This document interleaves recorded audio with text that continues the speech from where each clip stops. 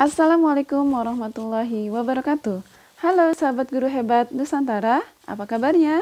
Semoga kita senantiasa ada dalam keadaan sehat walafiat dan senantiasa ada dalam perlindungan Allah Subhanahu wa Ta'ala. Senang sekali saya pada kesempatan ini bisa berbagi dan bisa menjelaskan mengenai pemecahan masalah pembelajaran siswa yang tentunya ini secara pribadi saya alami di dalam kelas ketika saya melaksanakan proses pembelajaran bersama siswa, khususnya pada mata pelajaran bahasa Inggris di kelas 12. Baiklah, untuk lebih jauhnya saya ingin memperkenalkan identitas diri saya. Nama saya adalah Napsia Khairunisa. Saya adalah salah satu ASN yang bertugas di SMA Negeri 1 Kabandungan mengajar pelajaran bahasa Inggris dengan kelasnya kelas 10 dan kelas 12. Pada pemecahan masalah kali ini, saya mengambil sebuah judul yaitu penggunaan ice breaking untuk meningkatkan motivasi dalam mengikuti kegiatan pembelajaran. Nah, tentunya penggunaan ice breaking ini saya lakukan di dalam kelas yang fungsinya untuk meningkatkan motivasi dalam mengikuti kegiatan pembelajaran.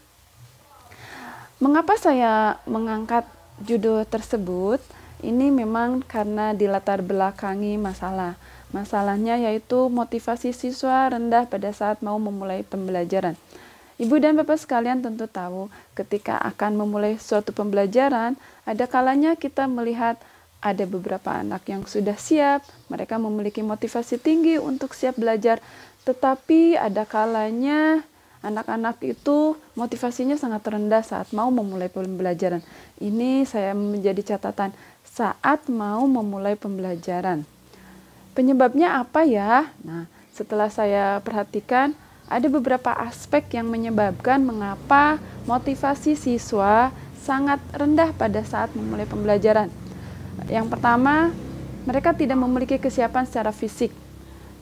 Maksud fisik ini ya secara jasmani mereka. Mereka terlihat lelah, ngantuk. Mungkin hal ini disebabkan oleh aktivitas sebelum mereka. Mereka kadang senantiasa atau sering begadang di malam harinya, mereka suka main game. Nah, ini menyebabkan tidur mereka sangat sebentar dan akhirnya di pagi hari badan mereka tidak fresh dan lelah juga ngantuk. Sehingga itu menyebabkan motivasi mereka jadinya rendah gitu. Mereka tidak siap untuk belajar. Yang keduanya, merasa jenuh dengan kegiatan pembelajaran sebelumnya. Mungkin karena udah ada beberapa proses pembelajaran sebelumnya, ada pergantian sampai pergantian ketiga, dan kebetulan saya selalu menghadapi kegiatan pembelajaran di siang hari, dan itu tentu saja anak-anak sudah melalui proses panjang pembelajaran sebelumnya sehingga mereka jenuh dengan kegiatan pembelajaran sebelumnya. Dan yang ketiga, kenapa motivasi mereka rendah? Itu diakibatkan tidak memiliki ketertarikan dalam belajar. Nah, Ibu Bapak sekalian, untuk sekarang ini ada hal yang lebih menarik buat anak-anak dibandingkan dengan belajar, yaitu mereka lebih senang dengan main game, scroll medsos seperti TikTok, WhatsApp, Instagram, dan lain sebagainya. Hal itu memang lebih menarik dibandingkan harus duduk manis belajar dan harus mungkin mendengarkan penjelasan dari guru.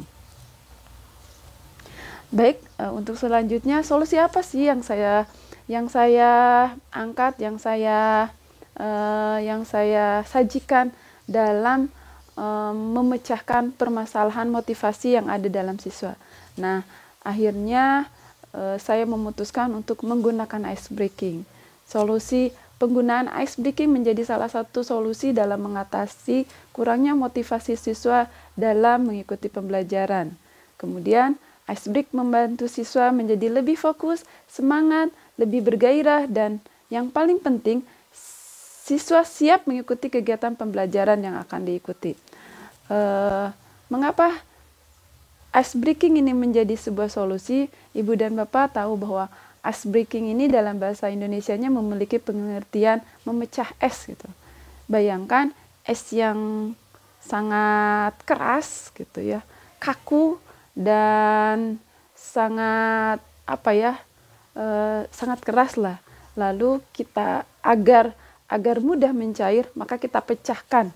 Nah, asal kata dari ice breaking itu memang itu ya, memecah es. Nah, pengertian secara umumnya dari kegiatan ice breaking ini adalah sebagai sebuah kegiatan yang dilakukan oleh seseorang atau sekelompok orang dalam rangka mencairkan suasana yang dianggap kaku menjadi lebih nyaman. Tadi bongkahan es yang kaku itu kita pecahkan, lalu kan akan terpecah-pecah sehingga itu akan mudah mencair dibandingkan es yang utuh gitu ya. Adanya kegiatan ice breaking ini dapat membuat suasana yang awalnya beku seperti es menjadi cair gitu, sehingga seluruh peserta akan merasakan suasana yang rileks dan nyaman. Dan harus diperhatikan bahwa ice breaking ini tidak hanya dilakukan di awal saja. Kita di awal tadi ketika anak merasakan kejenuhan pada saat terus-menerus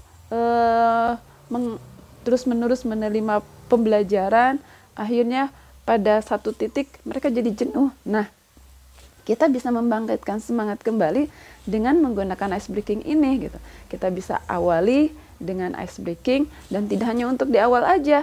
Nanti ketika kita memberikan proses pembelajaran, kemudian di tengah-tengah mungkin mereka juga akan jenuh kembali. Nah, kita berikan ice breaking lagi gitu. Atau ice breaking ini ibu bapak bisa berikan pada saat kita mau menjeda satu aktivitas ke aktivitas yang lain. Misalnya nih, saya biasanya memiliki 1 sampai 2, kadang lebih dari 3 kegiatan pembelajaran di kelas. Nah, untuk menjeda satu aktivitas dengan satu aktivitas yang lainnya, maka kita bisa jeda, bisa kita space dengan kegiatan ice breaking ini. Lalu ibu bapak sekalian, apa sih bentuk ice breaking itu? Jenis-jenisnya seperti apa? Nah, ibu bapak, jenis-jenisnya ada banyak ragamnya. Bisa dimulai dengan yel-yel, tepuk tangan, menyanyi, atau jenis gerak anggota badan. Yel-yel mungkin ini paling sering ya. Ibu bapak jangan menganggap bahwa yel-yel, tepuk tangan, menyanyi ini kegiatan yang biasanya dilakukan oleh anak TK, oleh anak SD gitu. Memang kegiatan itu sangat asik gitu, membuat anak menjadi seneng dan membuat anak menjadi bergairah lagi gitu. Nah, keharusan ice breaking itu hanya untuk anak-anak mereka itu tentunya keliru gitu. Anak-anak SMA, anak-anak SMP itu sesungguhnya mereka memiliki hak untuk mendapatkan kegiatan ini gitu, karena mereka juga berhak untuk senang, mereka juga berhak untuk asik ketika menerima proses pembelajaran.